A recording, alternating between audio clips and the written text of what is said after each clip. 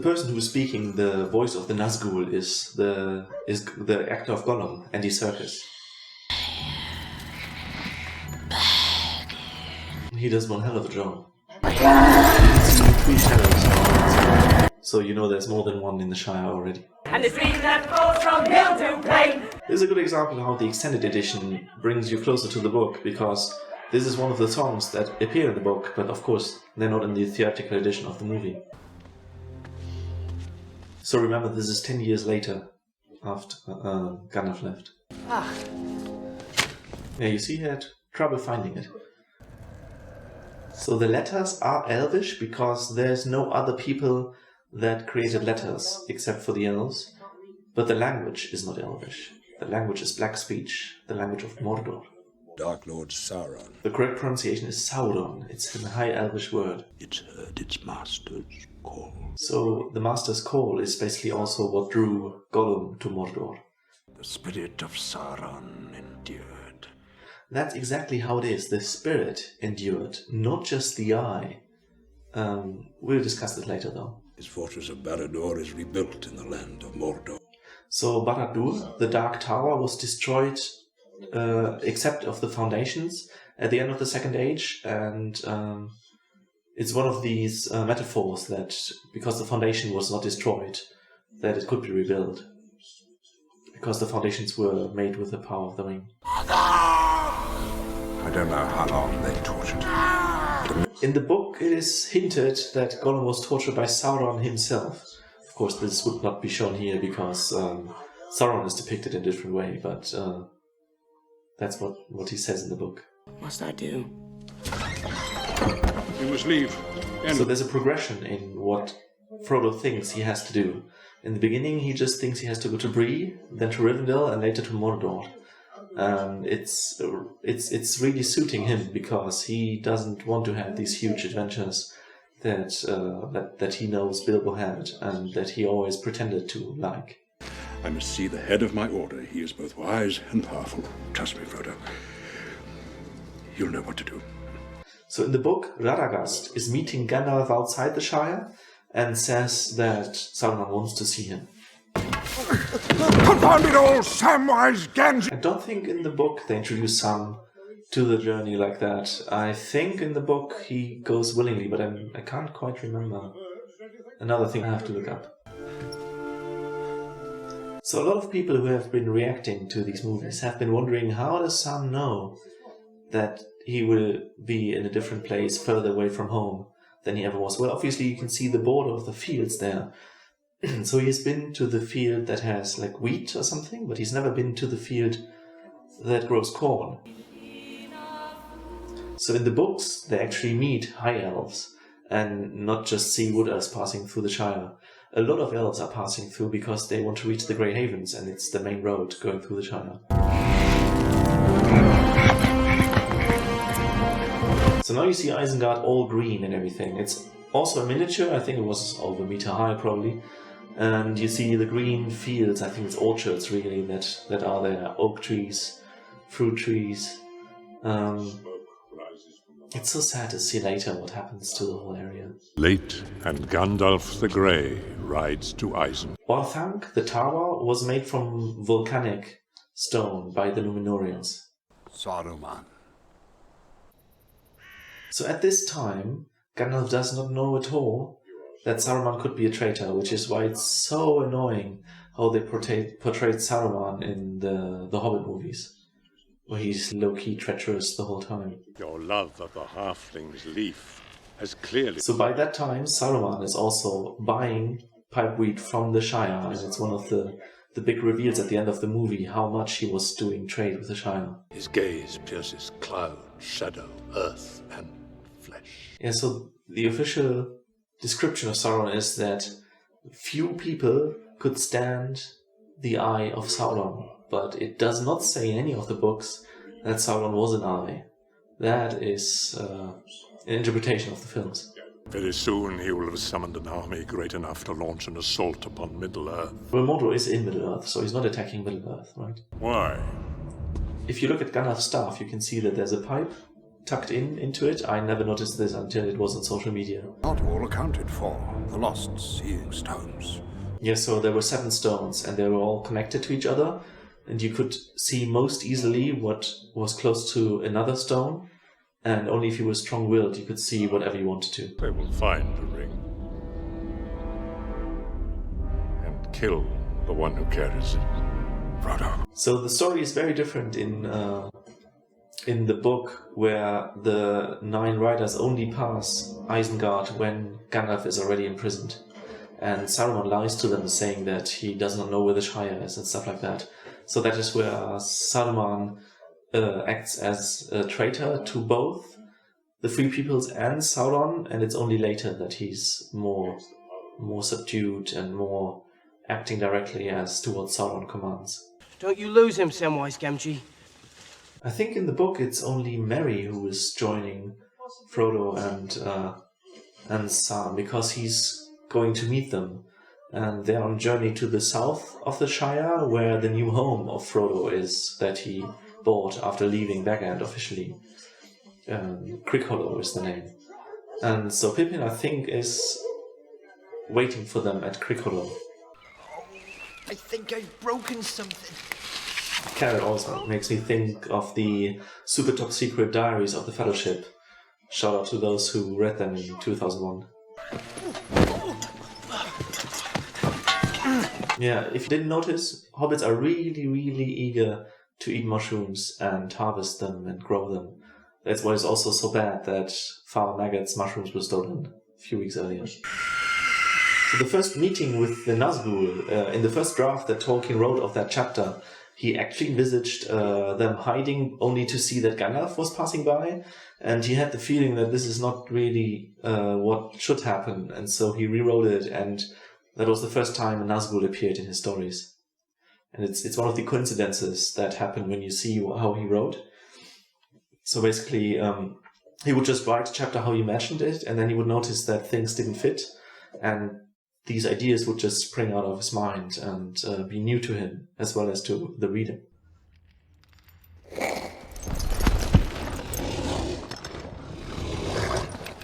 A lot of people have remarked that this scene is basically copied from the animated version of The Lord of the Rings from the 70s, 80s.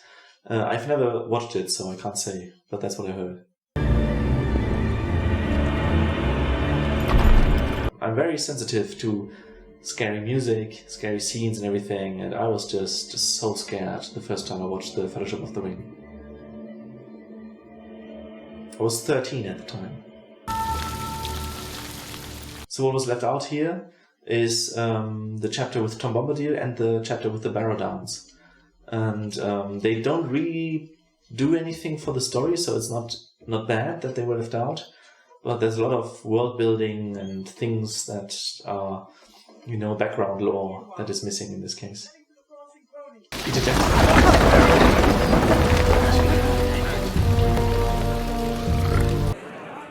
Underhill. My name's Underhill.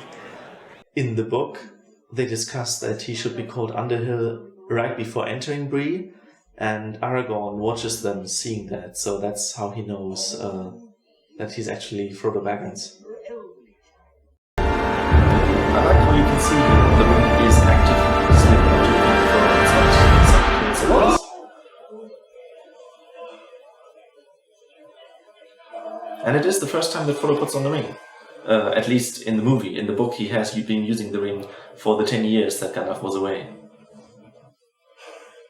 That is why Frodo did not age. The same as Bilbo didn't age before. Cannot die. So the effect that you see there, where everything is distorted, that is a particle effect that was taken from fire. So all the surfaces are moving as if it would be flames. And that gives you this distorted, strange image that you're supposed to connect with the spirit realm, where you can see the rays and you can see Sauron and everything. Are you frightened? So in the book, Aragorn is carrying the broken sword, which means that he has only the hilt and the first few centimeters in his sheath at this moment, and he's not able to draw a full sword. But they changed that for the movie for obvious reasons. The whole Nazgul thing is a bit more ominous in the book, where they are not aware of anything happening. They don't hear anything in the night, they don't notice anything, but in the next morning they see that all the pillows that were put in the hobbit room instead of the actual hobbits, and they're all stabbed and slashed and everything. But they don't realize when it's happening in the night. And they do have the pubkeeper, the innkeeper, as a guard somewhere at the entrance, and he doesn't notice anything either. Then Sauron the Deceiver gave to them 9 rings of... So the idea of the rings of power was that to these 9 men, they gave infinite life. So Sauron lured the kings by telling them that they would gain great power and that they would become immortal. Something that at the time of the ring making, men were always trying to do, to become immortal as the elves. So they slowly become wraiths, so the ring turns them invisible constantly instead of only when they want to. They do live infinitely long, but you can see that it really doesn't go well with humans.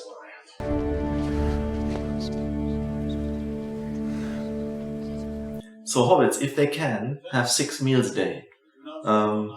If you follow up what Pippin is counting in a minute, it's more than 6, so it's not accurate to the book, but it gives you a good idea of what it's all about.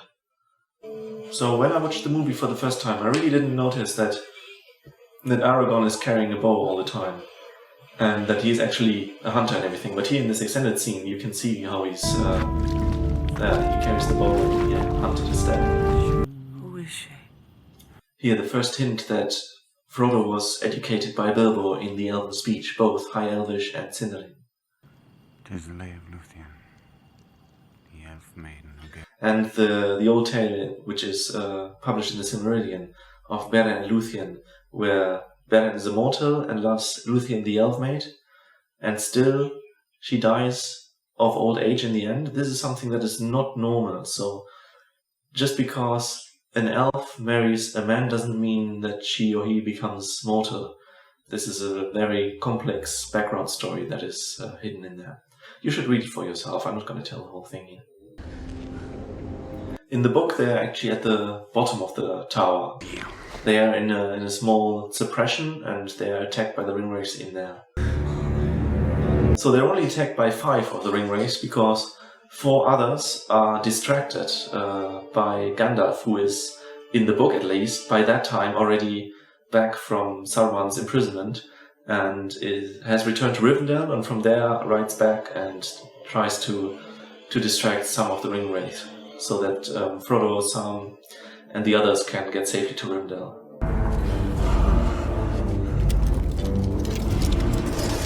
The whole thing was made in slow motion.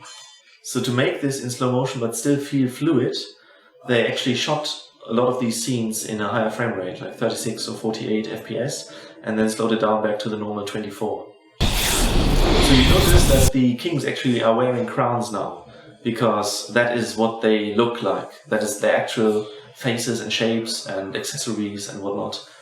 Just because they have lived so long, they have these sunken in faces. But they're still wearing the crowns from the time when they were kings.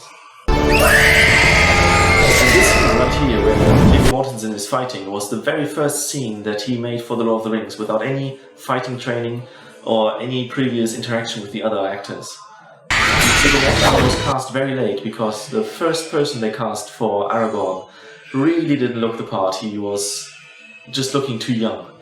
And while Aragorn was supposed to look quite young for his age, as we learn later he is 87 years old at this time, he should still look the war-hardened warrior and not just some 20 years old person.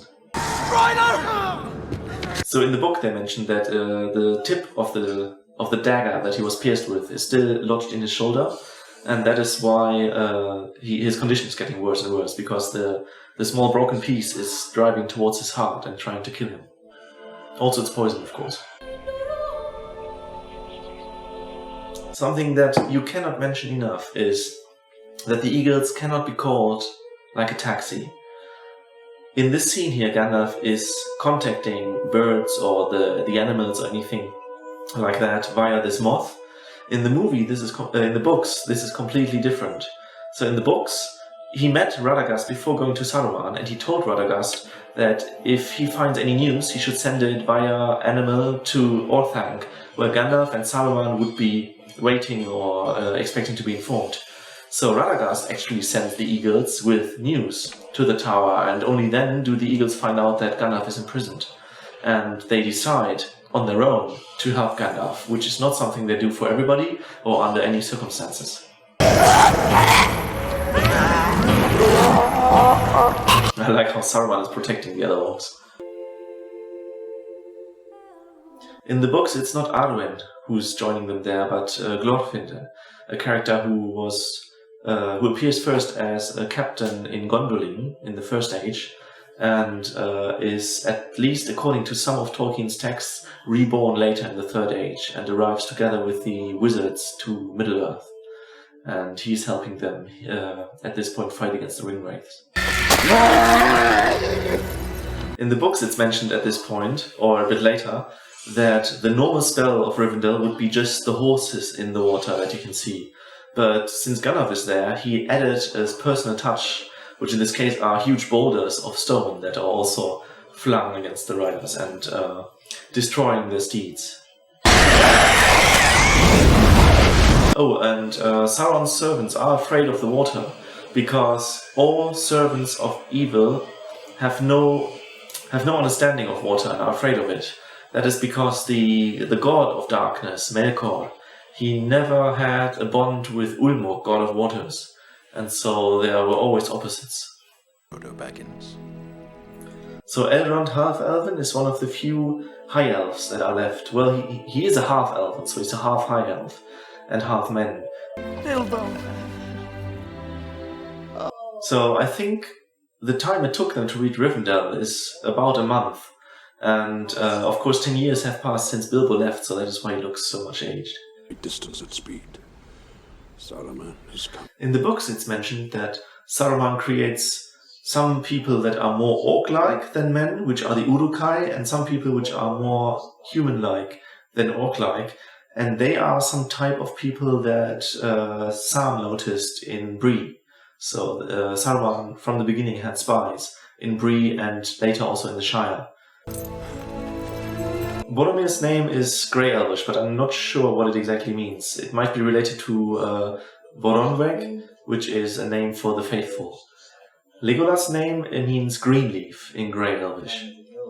And Gimli is of course Dwarven, and like all the names from The Hobbit, comes from the Edda, the Old Norse text of myth and legend. He has chosen exile. So Aragorn is descended from the line of the Northern Kingdom, Arnor. In Arnor, the kingdom was destroyed, but the line of kings survived in exile. And in the south, the line of kings ended very early, but Gondor still survived as a realm and was led by the stewards. And that's why you have an heir to the king, but he's not living in Gondor or anywhere near it. I invented Gandalf the Grey. As a young person, so like in his 20s and 30s, Aragorn went to Rohan and Gondor under the name of Thorondil, who would become a captain of the armies and just help in the fight against Mordor. Shots of Narsil. Narsil is a name that comes from the name of the sun, Anar, and the moon, Isil, and it's a name in High Elvish. So it's the blade that shines with a certain light, and that is the light of sun and moon. Many of the blades that were made in Numenor and by the elves are actually shining when they are in battle or when orcs are near.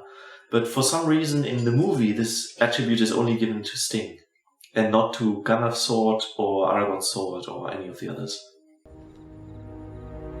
Oh, and when Aragorn leaves Rivendell in a few minutes, he will actually leave with the forged sword in the books, because there the sword was forged back into its original shape and given the new name Anduril, Flame of the West, before he set out. The song you hear in the background is called Anarion, I think, which is I Desire in Grey Elvish, and it's sung by Enya, the woman who also sings the title song of this movie. And it's completely sung in Grey Elvish, while the May It Be, the title song of the movie, only has the chorus in Grey Elvish. To me, forsaking the immortal life. So as I mentioned earlier, marrying a man does not make an elf mortal. They stay immortal and usually just see their loved ones die after a few years of old age, right? So after 80 years or whatever, and they remain. And the thing is that elves only marry once in their whole life. So even if she would return to the West as an immortal elf, she would still never marry again, never love anybody again, and would live a life of sorrow. This is the way as it is expected from the lore, especially when you read the Silmarillion. But Arwen is a special case, and here she says that she gives her immortality away. And it took me a really long time until I read the 12th part of the History of Middle-earth to understand the whole implications and why this is according to Tolkien's lore. So in the appendix of The Lord of the Rings, Tolkien says that Arwen could choose, but he doesn't explain why. In the Silmarillion, he says that Elrond and Elros could choose, but afterwards their fate was sealed, and it's not implied that their children could choose again, because otherwise the whole story of Númenor would have played out differently. So Arwen, in the manuscript that is mentioned at the end of the 12th book of the History of Middle-earth, is said to have been able to choose her fate because Elrond had a vision in one of his dreams that all his children could choose whether they want to be elves or men. Now, Arwen at this point of time has lived for 1400 years, and at the end of the War of the Ring, she decides to become mortal, which to me it always feels like this is completely against the whole idea of when you are mortal and when not. So normally being immortal means that you can live as long as you want. Well, not as you want, but you live as long as the earth endures. And that also means that with the passing of time and the accumulation of millennia, you will feel the burden of your age and the weariness that comes with it, like the gods feel it and the elves feel it. And a special gift to men is that they die of old age and leave the earth and pass back into the realm of the creator of earth, Ilúvatar. So the whole idea there is that it is a gift to men, that they do not share this burden of immortality, because with millennia accumulating on top of yourself, you become really weary. It feels a bit like a loophole of this whole thing, where she lived very long indeed, and then decides, well, it's not that bad to become mortal now.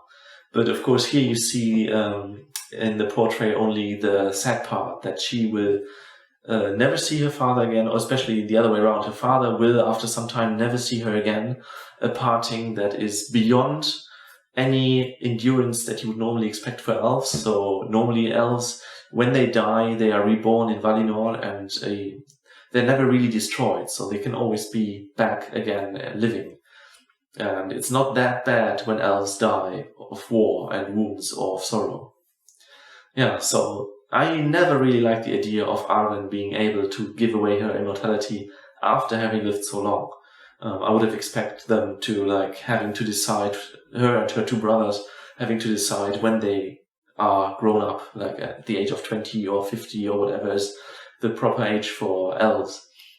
But yeah, the way it's depicted, especially here, is completely different to the book of the Lord of the Rings and the Silmarillion, but the idea of Arwen being able to choose is kind of in accordance with the Lord of the Rings.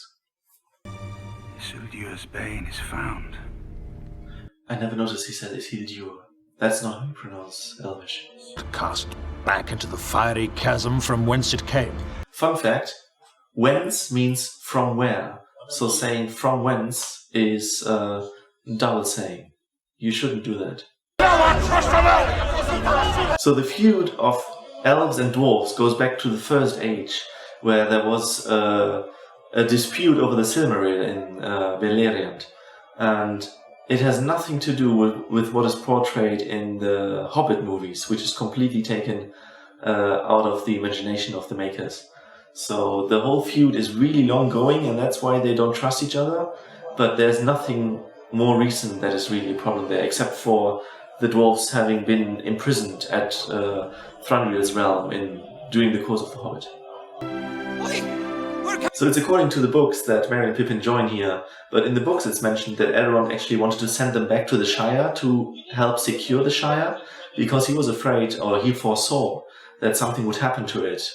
And indeed, as in the book it is described, that the Shire really went downhill from there and had to be scoured at the end of the whole story, and they had to fight against Saruman's minions. Mithril. As light as a... So Mithril, or true silver, is an element that was only found in Moria and Khazad-dûm, and that is why the dwarves of Khazad-dûm were so rich. And the scene you see here with Bilbo, where he's turning all crazy and Gollum-like, the way he behaves is Bilbo's part, but the way he looks is what Frodo sees, because the ring is corrupting Frodo right now, that everybody who reaches for the ring will look evil and just dangerous. This shot was made by helicoptering around the mountain. They wanted to just put this ruin on top, but they actually had to create a whole new top, because otherwise the computer model didn't fit. We must take the pass of Caradhras.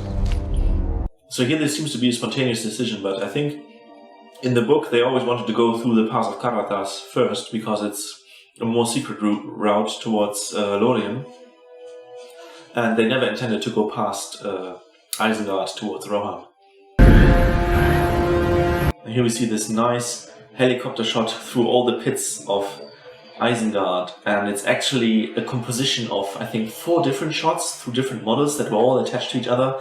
A huge effort that was made just to get this depth of the caverns underneath Isengard. And if that fails?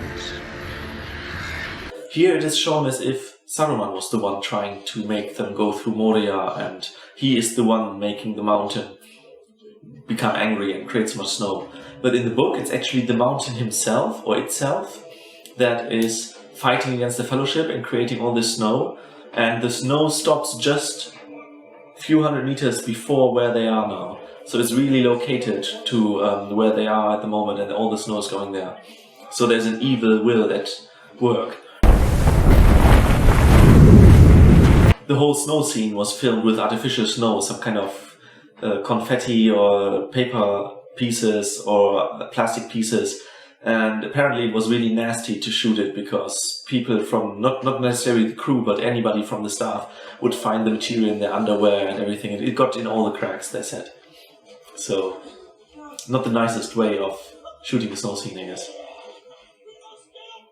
Oh, and the scenes that actually were shot on the mountain, John Bean was afraid of flying, so he wouldn't fly in the helicopter with all the others. He would actually hike up the mountain, and he had to start 4 hours before anyone else. You know what they awoke in the darkness of Khazad-dûm.